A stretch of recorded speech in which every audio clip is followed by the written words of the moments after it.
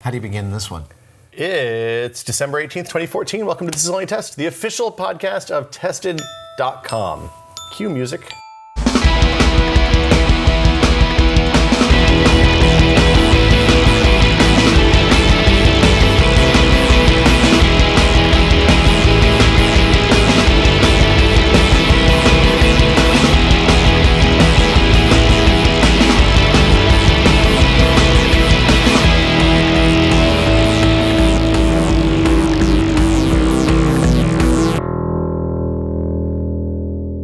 Hey guys, I'm Will. We usually don't introduce ourselves this way. It's a special edition of this podcast because we're in a basement under the Nokia Theater with Adam. We're in my dressing room where tonight I will perform the penultimate show of the Behind the Myths tour, fall 2014 tour. So this is like tour stop 120-ish lifetime, probably? I think we've done, 120, 130 of these shows around the world over the past 3.5 years. And tomorrow night we'll finish in San Jose. Ooh, hometown. And then I go home that night for the first time in 5 weeks. Wow. So you travel a lot, but this is the most consecutive travel you do. Like this specific, like you went to Australia for about a month earlier this year. 5 weeks in Australia this summer, Australia, New Zealand. So that was Sydney, Perth, Adelaide, Melbourne, Brisbane, and Auckland, and Wellington, all in 5 weeks. Home of the boots. And then over the past 4 weeks here in the United States, we've gone through Philadelphia, Massachusetts, Canada, Ontario, through, goodness gracious, Chicago, down through Arizona, Texas, up through California. Yeah, this has been 26 shows in 22 cities in like 25 days. So, there's not a ton of tech news this week. So we're taking advantage of the fact that Norm and I are in LA here to see the second to last show, and just kind of we had meetings. Then there was a holiday party. That's what happens in LA. You have meetings. It's the week before Christmas, so nothing's happening in the real world. Although there is some news. Did you see the Sony Pictures stuff? So I have some very specific reactions to the Sony Pictures stuff. we talked a little bit about last week, and Will brought up a very good point about why is it okay for people to, look at this stuff and then some of this stuff and revel in it and profit massively in some cases. As news organizations or tabloid journalism, or, even legitimate journalism, it's an attention grabber, but not okay when celebrities get other private information hacked. Well, so released. What we're talking about is the fappening, right? We're comparing it to the fappening, and with the fappening, which is the hacking of female celebrities' private phone accounts, iCloud accounts. They got a ton of saucy pictures. They got selfie nude pictures. Right. Now, I think culturally, it became very quickly agreed among people that it's not okay to go look at Jennifer Lawrence's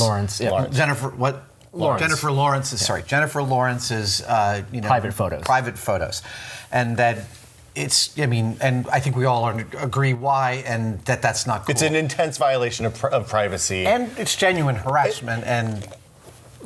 The one positive thing that came out of that was that you didn't see. You definitely saw some, but you didn't see a lot of, well, it's her fault for making these pictures in the first place, which is what I expected the reaction would be. Yeah, there's a small minority but that's a bullshit argument. I thought it was a really nice positive change that, she can do whatever the fuck she wants. Yeah.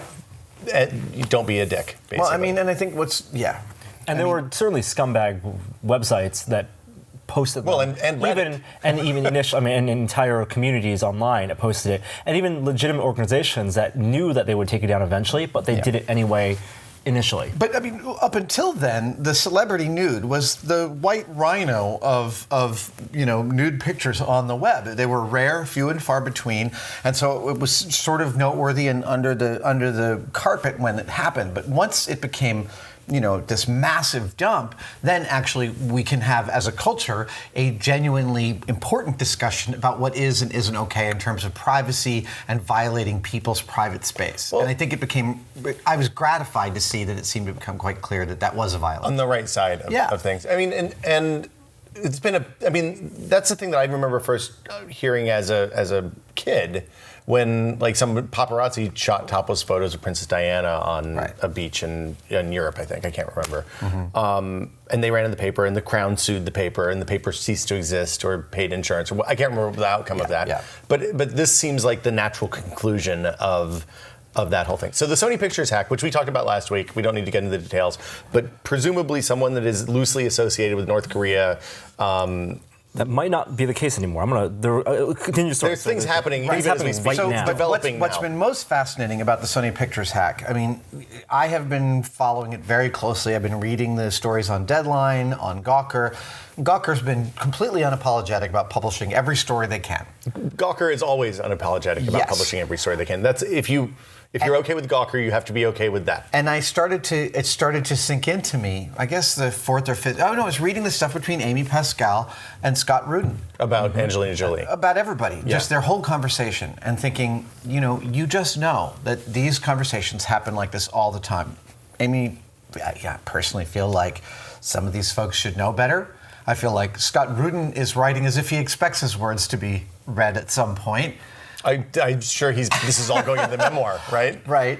But it does beg the important question of like, why is everyone just, all of a sudden they're sending these documents out and everyone's just reading them and talking about them instead of having a discussion like, is that okay? I mean, these are private conversations. I mean, so some of them, there have been funny things. The thing about Joel McHale's TV, that is an entertaining Hollywood anecdote. It is. It is relatively harmless. Channing Tatum's lovely letter of success when 22 Jump Street did really well this opening weekend. Right. But again, it's not as simple as taking the good with the bad, because when you're looking at these private communications that are actually significantly impacting Sony's bottom line, entire batches of scripts, unfinished scripts being released to the public, like the James Bond, negotiations and discussions about stars that, like, look, I know as a talent on a network that there are things that people at the network say about me that I don't ever want to hear. I know that some of them harbor opinions about me that I don't necessarily think are right, but we don't need to have that laundry aired. Right. It doesn't do a culture good to have no bars to... Yeah, and one of the consensus that we came to last week was that, at least in the public perception-wise, the difference, at least with the celebrity private photos, and here with the corporate versus the private individual. Well, and everybody hates movie studios, and they love Jennifer Lawrence. Right. Like that's. I mean, there's a complete aspect of sexual harassment with the nude photos that I think takes it way out of the realm of reading private emails between Scott Rudin and Amy Pascal. And that takes it down to a very personal level, when also there are now some assumptions and thoughts that this could be very targeted against like individuals like Amy Pascal. Right. And that's why only her information is being released. Well, but it's not. Because, I mean, I read a wonderful interview where she finally spoke out about it to Deadline a few days ago. And she said, and I thought this was great, she said, I'm not the victim here. I'm going to be fine. The victims are the employees of Sony that have their social security numbers and their salaries and their personal home addresses and emails all spread out on the web without any... Now, it's very interesting to me, Sony's now retained David Boies, who defended Bush v. Gore and also helped pass the strike down the Defense of Marriage Act, at least at the Ninth Circuit Court in San Francisco, to send letters to companies, news organizations saying, we consider these private communications, stop publishing them. And I'm not sure where this is going to end up.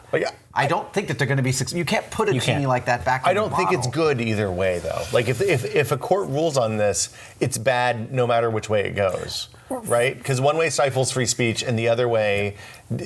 So let's talk about it from a global level. I think it's all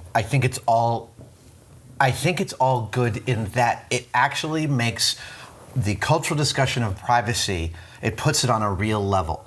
Up till now, when we talk about backdoors at Google or Facebook, et cetera, this massive swath of the population is like, as long as you don't have anything to hide, why should you worry about the government snooping? Which is the most idiotic argument about privacy that there can be. Right. And now with this, people are like, oh, right, I wouldn't want what I say to my compadre in the company to be read by my boss or by my subordinates. Well, you should assume that's going to happen. I mean, if you work in a true. private company. Everybody should. I read, one of the things I read about and part of this is that at Google, it's not allowed to discuss corporate policy by email, ever. They stopped that after they got subpoenaed on I want to say the Apple stuff 3 years ago, 5 years ago. There are things that are only for phone calls or face-to-face discussions. Well, policies will change on the corporate level. The cultural, the personal, individual practices are going to change. But also our perception of what is right, this is where thing. we draw the line, and what we consider to be a modified offense. On the front line of that are the journalists, and I use some of that in quotes, who are reading everything, and then they're saying they're making the quote-unquote difficult choices in what's released, because they feel like, I know that they don't, it's not the same as the fappening, but they see some of it as a rights crusade for like inequities in income, for example. They want to report on that stuff. When I read that Jennifer Lawrence and Amy Adams got 7% of the gross of American Hustle as opposed to the males and the director all getting 9%, right? That's fucked up. That's totally messed up. Mm-hmm. I think one of the things that's happening it's less messed up for Jennifer Lawrence than it is for Amy Adams. Jennifer Lawrence was in a supporting role, and Amy Adams was in the lead. It's true, both nominated. What those two contributed to that film, I'm sorry, but I agree. But anyway, that aside, I think that what's happening is you end up with a massive number of bottom feeders releasing these stories, where if it was literally left up to Variety, New York Times, Washington Post, Wall Street Journal, I think some of those papers might get together and be like, yeah, we shouldn't publish some of this. Or they have accountability in-house. They have systematic things in place to make sure they're reporting it responsibly. But as soon as you have all of these bottom feeder sites publishing everything, then it becomes a conversation, and it is news because it's a conversation that's happening. So I saw, and I'm going to go check and make sure the camera's still going, but I saw on Romesco's site, which is a media watchdog blog. Yeah. We're still good.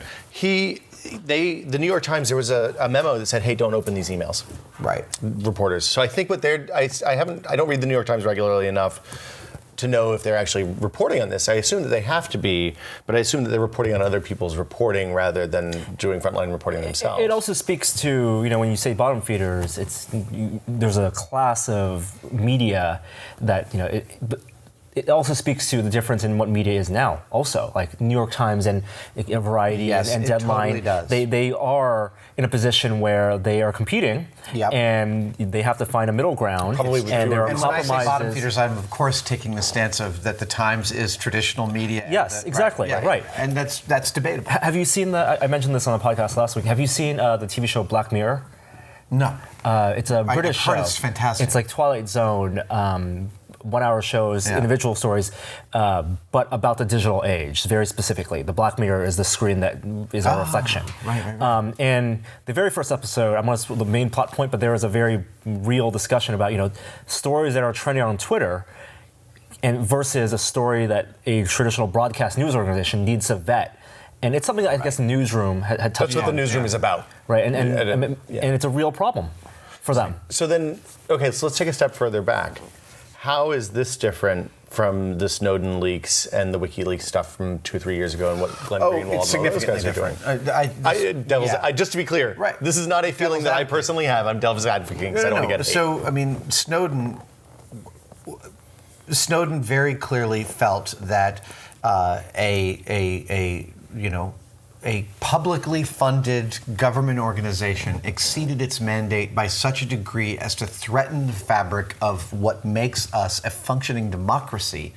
And in the same way that Ellsberg released the Pentagon Papers and was also threatened with treason and jail time, etc., but decided to basically give up his life if he had to in order to make these things public, Snowden made the same exact choice. So in this case, it's a public good. It is the public good exceeds the. And I think that the discussion that we've had since then has only benefited us. And the victims that he was trying to protect and make aware of these violations were the public. Yes, and to that end, he was very specifically not publishing the name of active agents and vetting the material to make sure they weren't releasing information that could compromise people in the field Right. or harm them. And then they did that again on the newspaper level as well. They did. Before they released stuff. So Yeah. it was I mean, it wasn't obviously as comprehensive as if the NSA censor had gone through and blacked out everything they didn't want us to see. I mean, which would have and been plus all I of think it. that if somebody went to the New York Times and said, I have 100 gigabytes of internal emails from Sony, the New York Times would be like, So what? please go away. Yeah. That's not what we traffic in. But imagine now that every large corporation with, thousands of employees is now going to its IT department and saying, how do we prevent this from happening? I And think the that's IT happening departments today. are all going, we're so glad that you are finally asking us this question. Give us $20 to $50 million, depending on the size of the company. It's going to get more complicated to send email for a while, but here's what's going to be required. Well, and I mean, there was a quote. One of the first things that came out after this hack was made public was a quote by the CIO of Sony Pictures that said, "Look, we can't spend $10 million on IT security. We have to do, we have to make do with less." An old quote. An old quote. Right. Yeah. And clearly, that policy has changed. Well, now what's been made clear is that it absolutely does affect the bottom line, and Sony Pictures may lose hundreds of millions of dollars. Yeah. In very soft ways that are hard to quantify, and in very hard ways. I mean, Amy Pascal may lose her job. They're going to lose people at the lower levels too, who are going to quit and go someplace else because presumably a lot of them have been sitting on their asses for 2 weeks while they have nothing to do. And there's now a whole class action suit being filed by former employees whose data got breached and put out there. Right. That's all. I mean, the fact that they were storing employee data in unencrypted open spreadsheets. But This really one bad seems- HR person can Yeah, it's cause totally true. millions of dollars of liability for Again, any though, company. It's a problem that's, technology seen as a magic bullet has helped businesses in the past 20 years grow beyond and found entire new businesses itself. Right. And we're in the growing pains of that. And this sort of thing had to happen I really believe that this sort of thing has to happen in order to push the consciousness towards, oh, right, I do need to protect myself. And again, that study came out last week that said something like 35% of Americans have changed their privacy settings and their behavior online based on the Snowden leaks. Right. And it's a weird generational thing, 30 years from now, the people running those companies will have grown up in this digital age. There'll be new things They'll out be there. natives. But exactly. Yeah. And it'll be less of a problem. We're more aware, but it's all growing pains. Well, now a lot of the people running those departments are my age or older, right? So they're in their early 40s to 50s and 60s, and they aren't natives. The natives are running the shops, though. The natives are the feet on the ground doing the work in a lot of cases. And probably the people doing the hacking. On both sides, yeah. The other thing of note is, of course, this morning there was an anonymous thing posted to Pastebin that threatened theater owners who ran the movie on Christmas Eve. And I think 5 different chains have pulled the interview. Since then, Sony Pictures canceled the release. What? Yeah, Today? today. I think that's a bad idea. I feel like that's a bad precedent. Obviously, Right. this is way above my pay grade, and I don't even work for Sony. Right. But As a country, we don't negotiate with terrorists except for our corporate that overlords do. seems very, very risky behavior to me. I mean, I'm sure. Here's the thing: if this is the world's dumbest, guerrilla PR campaign, everybody's going to go on video on demand the day that they release that movie and watch the movie because they all want to know what. Right. Obviously, that is not the case because it is a phenomenally destructive guerrilla PR campaign. yeah, no. But yeah, it's It's a very, it's. I end up getting really mad about it because I want it to change the cultural perception of what we need to do to keep our own data secure. I hope that it really does. Because when I read stories about here's the funny names movie stars check into hotels with, I don't give a crap about that. And I don't think anybody else should. From the perspective, let's say it was a North Korean. There's a Wired story just published that says North Korea most likely did not have anything with this, with Really? many of the reasons. Maybe not concrete evidence, but their deduction. But if the point of it, I find it hard to believe that the whole point of it was the release of this movie. I think that regardless, maybe the movie was the catalyst and the final straw, but I think that if they had access, the people, I think it was a bigger deal than just this movie. And the movie not being released, I don't think it's going to stop the information being released. No, it won't. It won't start because they claim to have another order of magnitude available, right? They've released 100 gigabytes. They say there's another 900 or terabytes of data. the report that I read about the attack said basically they pulled over a long period of time everything from every machine that Sony owns. Oh my God. Right. So it's past and present scripts, versions of scripts, internal emails, payroll data, everything that wasn't encrypted on the hard drives, and it seems like very little was encrypted on the hard drives. Oh my God. So I don't think the public even understands, and maybe we don't either. It's the magnitude of the implications, Right. of this, of that data. If I haven't been an IT guy in 15 years at this point, if I had been an IT guy and I walked into a department and every machine was compromised, the only thing you can do at that point, in the day of the modern BIOS exploits and the whole thing, you have to walk away from those machines and start from scratch. Right. And that is your backups are suspect. Everything that you have is suspect. So you have literally you have to nothing. Carefully wow. You can't reinstall. You have to go get W-9s from your employees because all of your payroll stuff is suspect. Like the whole soup to nuts. It's a disaster. That's like just that cost alone is enormous. And then on top of that, the monetary losses in the stop work and the production and the loss of the film and all the other things are astounding. Yeah, so it's a huge deal, even if it is about the people that make Spider-Man and Adam Sandler movies. But again, you know, it's like all these different companies do make all these different products. It's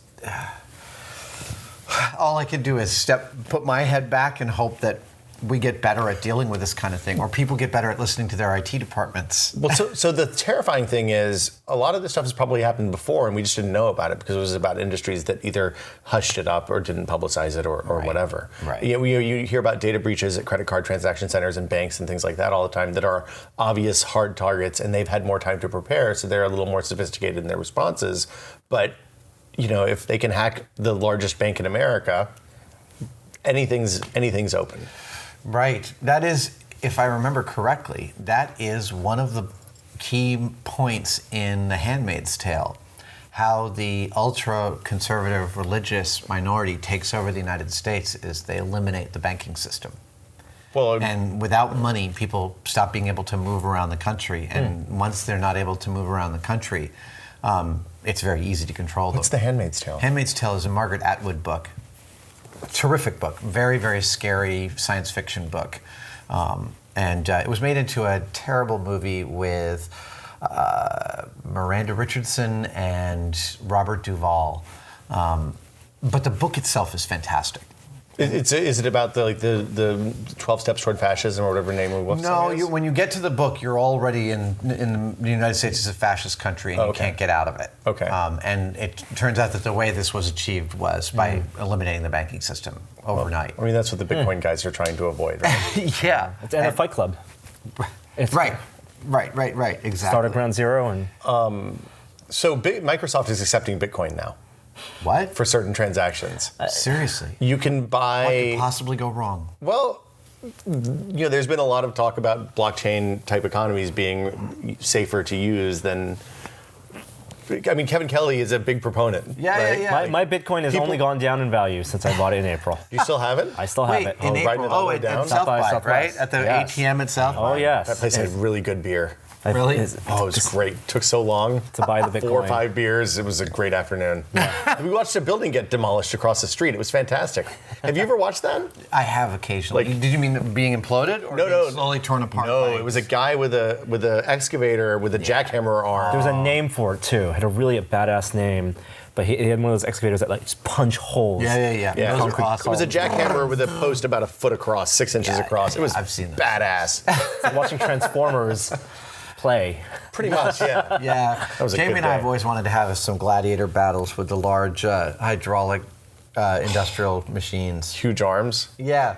The problem is that one strike probably throws them out, and it's very easy for things to get pear-shaped very quickly. I think thumb wrestling with auto assembling robots, like those enormous ones. Yes. That would be great. Just get a big Waldo, put your hand in there and be like, What could possibly go wrong? it's all good, right? So yeah, that's pretty much what I have on tech news. I thought that Microsoft taking Bitcoin was bizarre. It's fascinating. And I've seen other people do it, privately held companies mostly. A lot of computer sales places do it. So Microsoft must have made an assessment that it's stable enough. That's what I assumed. Yeah. At the same time, Apple's not selling stuff in Russia online anymore because the ruble is so just driving unstable. to the toilet right now. Yeah. That can't be good. So there's two sides of the same conversation happening there.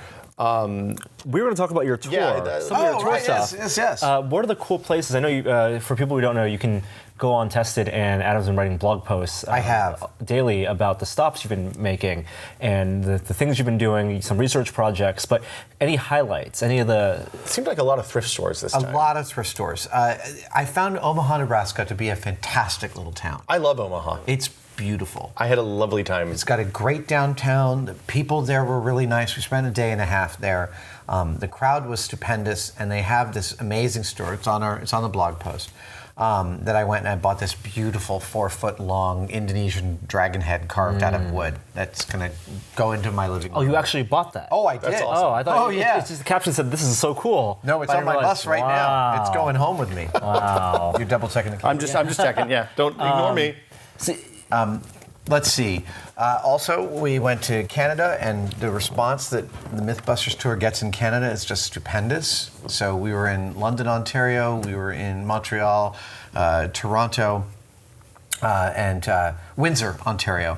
And let's see. Montreal was the day after Thanksgiving, so my wife and kids flew out to Montreal to meet us, and we had a wonderful day together before heading off to Toronto. We had my favorite Canadian dish, poutine, which is effectively, twice fried French fries with gravy and cheese curds. You poutine multiple times. Oh yeah, Several different varieties of poutine. Pulled pork poutine. Yeah. Have you had good poutine in San Francisco? There's one place. I think I have. There's one place over in the financial district that's okay. No. What you really want to get is Namu on 18th and Dolores. Okay. Their gamja fries, which they only serve for lunch. Okay. Gamja fries are effectively a Korean fusion poutine.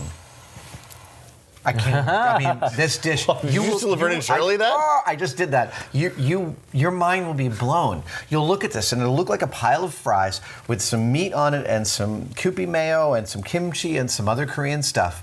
And every bite you take is like the best thing you've ever eaten, and you don't even know how it's distributed so well. It's just. Does that qualify as poutine? Does it have curds? I don't know if it quite has curd, but if I'm just tell you, if you sat and ate poutine and you ate the gamja fries, they are of the same category. They elicit the same thing. They do. They bring up the same sort of deep comfort. Now, there's another place called Ricky Bobby in San Francisco that does. They do fries with barbecue pulled pork, buffalo sauce, and then sour cream, and you also eat it with fries. Same thing. But I don't know if and cheese. I wouldn't call that poutine. It might not be smothered fry. Right. Yeah. Yes. I mean, I always joke that poutine is the Canadian version of chili cheese fries. Right. Yeah, I much prefer it. Yes. Yeah. Also, comfort food. We've had a couple of different rounds on this tour of my personal favorite comfort food turns out to be tomato soup and grilled cheese sandwich. So this has become the oh shit we don't have food in the house meal for us since our daughter started eating real food, because she loves dipping the sandwich in the tomato soup, and it turns out I do too. Yes, man. Yeah. Doesn't need to be fancy either. It is one of the most perfect meals there is. Cheddar though, none of that American cheese. I'm agnostic. Nonsense. I'll put Gouda in there. Gruyere. Gruyere. I'll do Cabot cheddar, like that really nice, like sharp. Yeah. I'll do 3 kinds of cheese. I'll put tomato.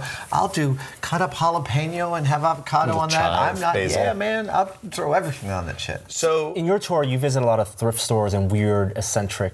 It says like kind of the Fred Flair type stores. Yeah. There are a lot of those around the country. There are. Is there a TV show where someone goes around just going to those stores? Yes. And buying the weird stuff? Like Big Fun, American Science and Surplus, Yeah. Archie McPhee's. I don't know that there is.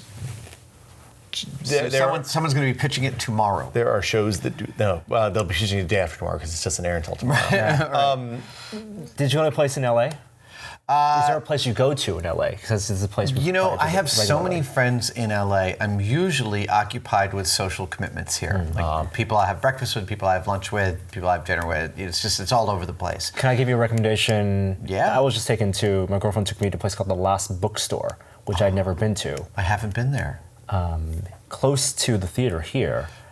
Amazing art gallery / bookstore. They have something called a labyrinth of $1 books on their second floor.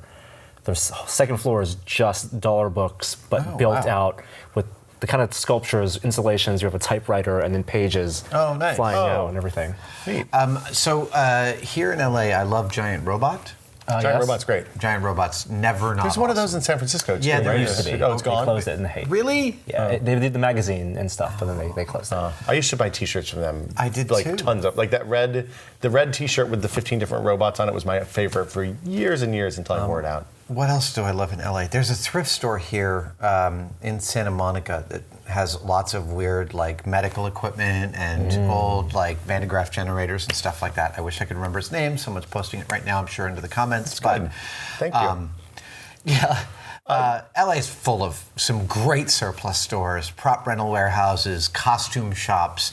I went to Deborah Nudulman's costume exhibition today, but because it's Wednesday, Great minds think alike, because I They were told Norm, closed. hey, I'm going to go over to Lockman today and see the costume so exhibit. sad. And then they were I'm coming closed. back in January. And the exhibition's up until March. Yeah, March, So yeah. I'm going to come back in January. Yeah. So I think it would be helpful, because we've talked about this in Still Entitled, but I don't know how much of the audience overlaps. Okay. You should explain what what a typical tour day is like when you're riding the bus from town to town. And Right. So what we're doing, like I said, it's 26 shows in 22 cities in like 25 days. So a couple of couple matinees. Yeah, some matinees. In four different cities, we had matinee and evening shows. Okay. But in general, it's an evening show. Starts between 7:30 or 8 o'clock, depending on the venue. The show lasts for 2 hours. We do a meet and greet at the end for 50 people who've bought the VIP meet and greet tickets. I'm usually back on the bus by 11:30. After the show, there's a crew meal. So we have catering in the theater during the day. Yeah. And then usually go to sleep around midnight or 1 a.m. and the bus takes off and travels usually not more than 400 miles. So That's 8 hours. And so we're usually in another city and often it's a lot less than that. So we're often in another city by 7 a.m. So you'll go to sleep on the bus and wake up in a new place. someplace new. Yeah, and it's like I'll go to sleep in a warm climate and wake up seeing my breath, or vice versa. So when you pack, are you packing like shorts and I mean I don't think I've ever seen you wear I shorts. brought way too many clothes on the first tour. Okay. Because I learned that you literally need like 3 pairs of jeans and 3 t-shirts and like 5-6 changes of underwear. There's laundry machines in every theater. Right. So you just do your laundry any day you need to. And my days are pretty straightforward. I'll wake up usually around 9 or 10, have a little breakfast or coffee, and head out to a thrift store. I've got a lot of things I'm working on. Research that I'm doing for future projects, stuff for the Talking Room and Tested, blog posts of where I've been, looking at photos and stuff like that. Finding interesting things to do, so the blog posts are good. Meanwhile, my crew is busting their butt because they have to put up this big show with projectors and stage parts and stuff in new cities every single Assemble day for a all the month. props. New and all the- venues. yeah. New venues, right. And some of these stages are really big and some of them are really tiny, and they have to it's like a tile puzzle figuring out. Sometimes we'll do a show where half of our set pieces have to sit on stage during the show because there's no room to put them backstage. That's great. Well, that computer just disappeared. Wow, where'd it go? Haunted. Still recording, right? Yes. Some of the venues aren't even traditional stage venues. We are playing some arenas, and Did you do it in the round? Did you see it in the middle like Prince, or are you taking the end? And Austin City Limits was the most in the round. Okay. Austin City Limits was not only is it a legendary hall, and I haven't posted that yet, but it's just a beautiful hall. But I think it's something like 1,800 seats, to under 2,000. But nobody's like more than 120 feet from you, so it's almost like you're in the Globe Theater. Wow. It's the crowd just feels like they're right on top of you. And it's the best way, right? Because the crowd feedback you get is so immediate. because normally you only get feedback from the first like 10 or 20 rows of people in the orchestra. You can't see anybody You further got to out. prove to the Queen that you can show love on stage, true love on stage. And when you are performing in the older houses, like the 1910 and 1920 vaudeville houses, many of which throughout the country have gone through massive multi-million-dollar renovations over the past 20 or 30 years. These are like Orpheums and Fox Theaters and stuff like that. All the Fox theaters, yeah, are great examples of that. They're also built acoustically to be able to hear the stage from the back of the house, which means it works the other way. So as a performer, I can hear the entire crowd, and there's no better no better feedback for me as a performer to be able to hear someone coughing in the back row, because then I understand the interaction becomes much more immediate, and I really, really like that. The arenas can be very difficult on that front because the whole hall just eats up the sound. Right. They're designed for massive amps and basketball. I've actually talked to my sound guy. My sound guy in this tour is phenomenal. His name is Chris, and he's been like, I can really hear my voice through the house, which is great for modulation. But one of the things we've talked about is for arenas, putting some contact mics actually out in the crowd and feeding them back to me on stage so I can hear what's actually happening out there. Because it's really surprising how dead it can sound while the crowd's going crazy. Oh yeah, I can only, especially in the arenas. I mean, it was bad enough when we were in a movie theater 2 months ago. Right. And it was, movie theaters. Yeah, the Castro's a good example of one in which it's hard to hear the crowd. Unless they're really whooping it up. When they were very excited, you could tell, but mostly visually, not necessarily by hearing them. Yeah. Boy, I completely lost the train of thought there. It's gone. But really, it is like I've said in the blog posts. The first tour I did in 2012, I barely left the bus, and that is just a bad mojo to do, because you can just calcify, and you feel like your inertia feels like a disease. Well, so the last big U.S. tour, I know you brought a bunch of projects, both research projects that you need to spend internet time. Oh my God, that project. And then you also did one project, this amazing papercraft that thing you guys don't know about. Did you ever finish? You never finished it? No, it's still sitting in exactly the state I brought it to, and I still want to finish it someday. But it's not the right project. I mean, that was a 40 or 50 hour papercraft build. I wasn't going to finish that on a tour. We did the Porco Rosso thing, which is much smaller. And that was still a good 10 hours, 12 hours. Did you see that Lego, by the way, reissued the Maersk container ship? Oh, really? Yeah. Beautiful. So beautiful. I've been thinking about getting it. I was probably already sold out, but I'll try and get it. Usually, if they reissue stuff, they're pretty good about it. That means that they think, we can sell it. Oh, okay. Are the containers the same size as the blue? They aren't the same. They can't possibly be the same size as the Maersk train set, right? No, they're. I think they're 2 by 8. I think they're blocks? 2 by 4 blocks, Okay. with a separate sticker on every single one that says Maersk. Only on the ones you I know can what I'm see, getting on though. for Christmas. It's That's perfectly that's displayable mean. too.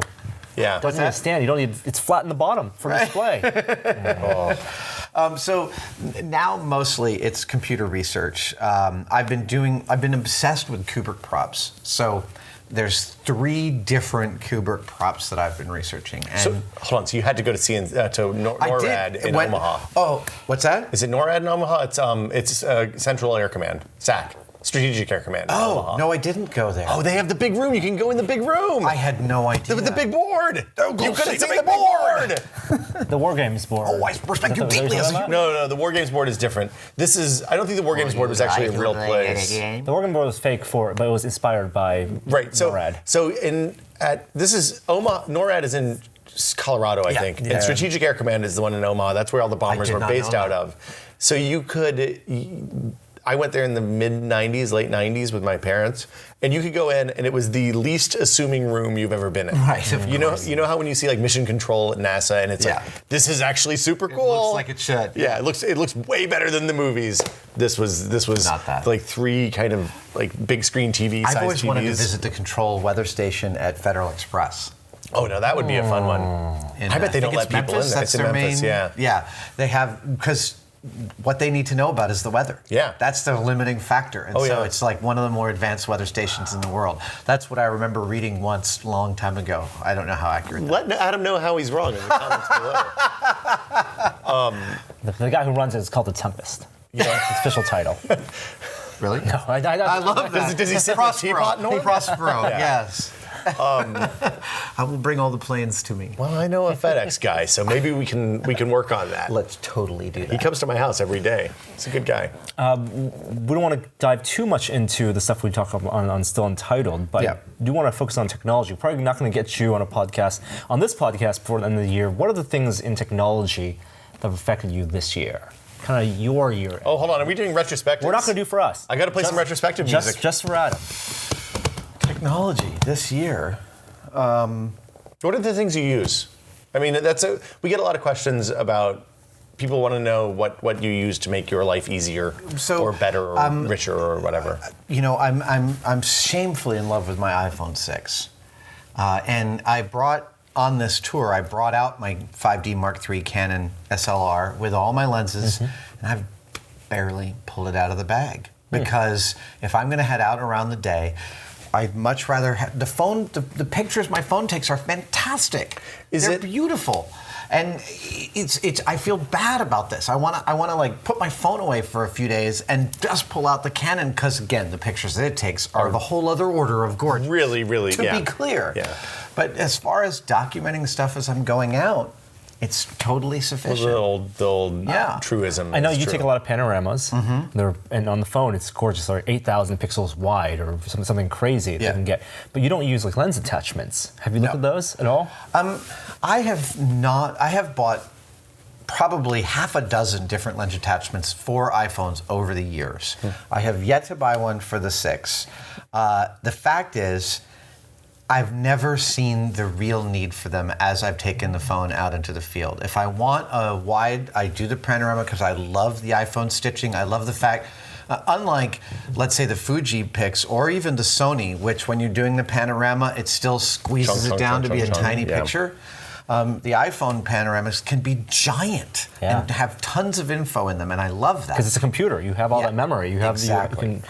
But the camera attachments for wide, the only camera attachment I'd be interested in would be a really good bona fide macro. The macro is the thing I've always wanted. Wave had a recommendation, your friend. There's a Kickstarter one. It's kind of expensive. It's $100. I forget its name, but it does it corrects distortion in the attachment. So it's a really big attachment. But when you do like a fisheye or go do a wide angle, it doesn't distort. Oh, it's rectilinear. Rectilinear. When I was at XO, I saw photos. So is that hardware and software combo? Just on the hardware. Oh, wow. So, really? Yes, it's many lenses. Yeah. Wow. That's a because I have a 14 millimeter rectilinear, and that's an expensive piece of glass. Yeah. So when I was at XO, the Photo Jojo people were there. They're based in San Francisco, and they do a bunch of phone attachment type accessories, mostly centered around photography. They actually had an E-mount for an iPhone camera. So you put this case on. It was a ridiculous, huge thing, and you clamped a lens on. So you were literally walking around with this thing, and then they had a bunch of lenses for people to try and take out and go shoot and not noodle around Portland. So at one point, maybe for my iPhone 4, I bought a Canon adapter that fit my Canon lenses, and I put them on, and I spent a day taking photographs, and I was like, It was a real weird crop. Whatever. Yeah, it was a weird crop. Yeah. A couple of people on this tour, like I said, we do a meet and greet at the end of every show for 50 people, and we get our photos taken, and everyone brings their own cameras.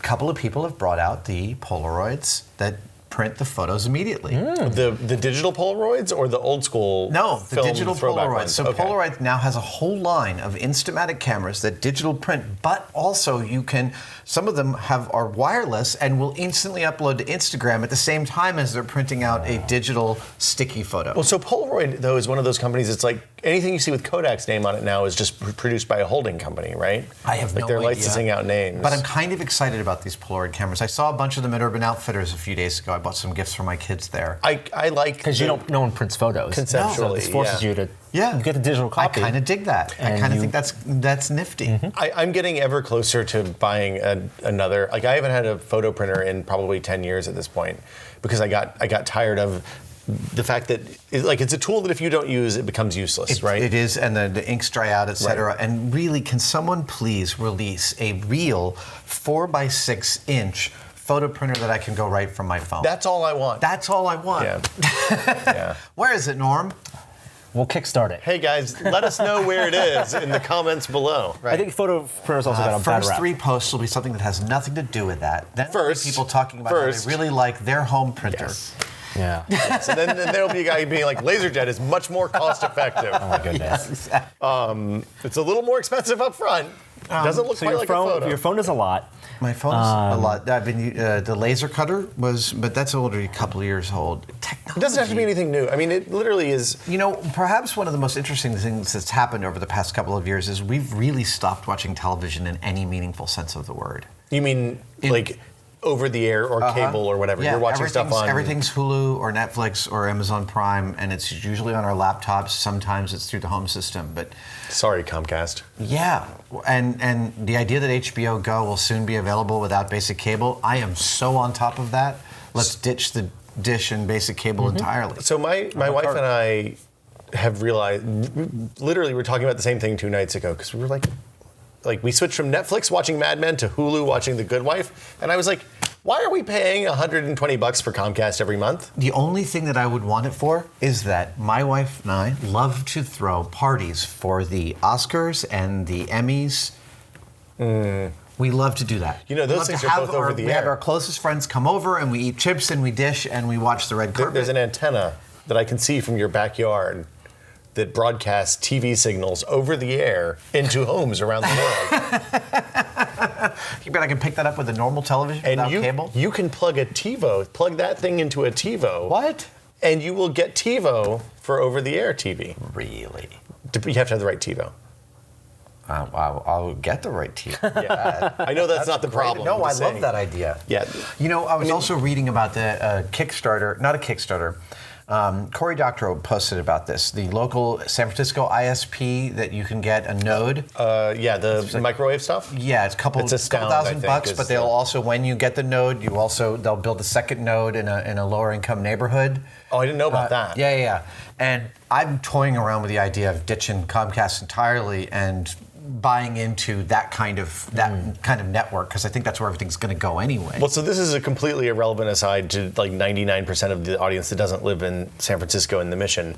But where you live, you can get some really dope internet for not a ton of money. Yeah. Either microwave or fiber. I want to move towards that. Yeah. So that's our marketing campaign. Big poster.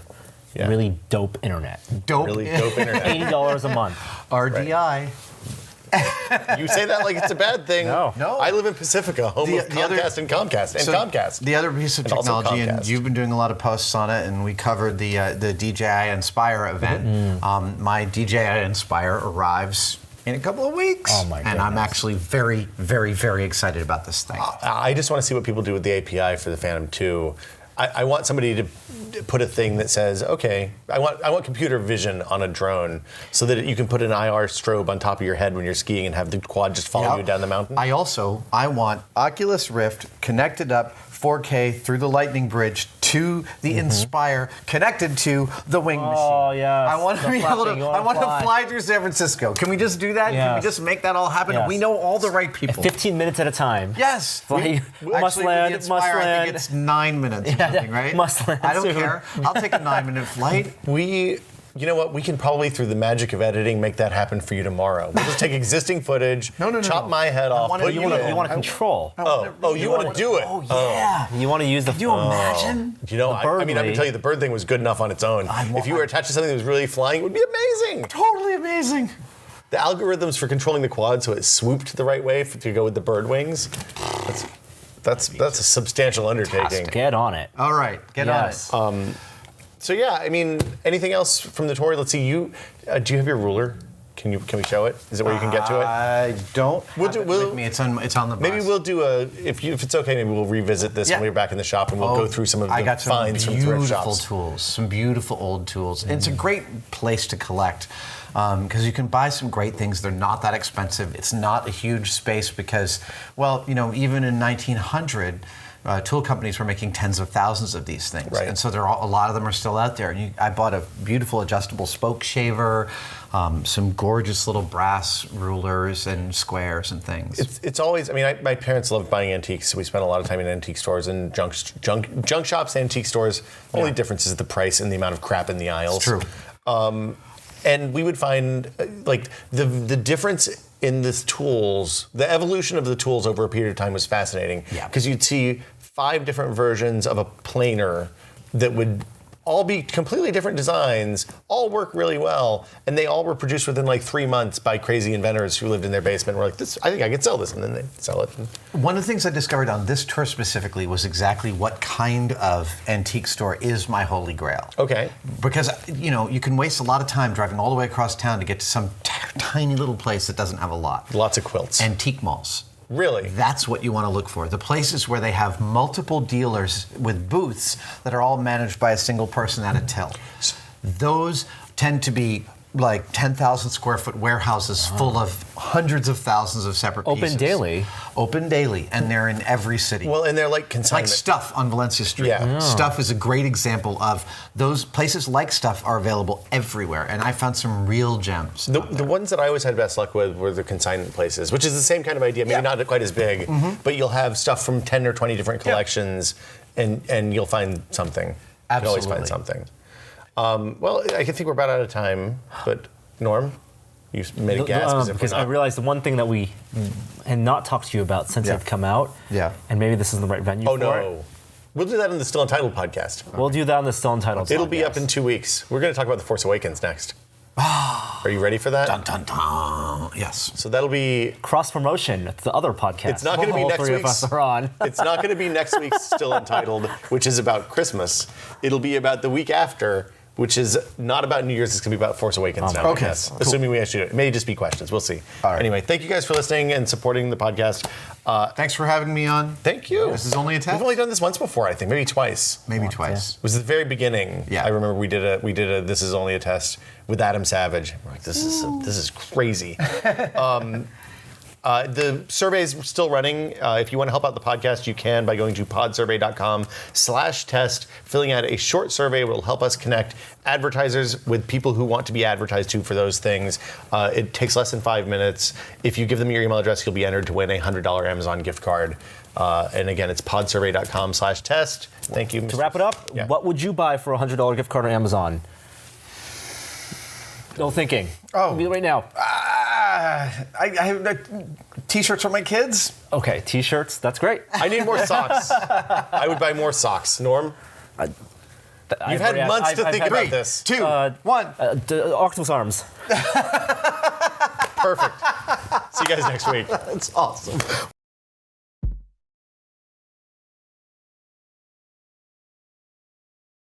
We just went right into Norm's id brain.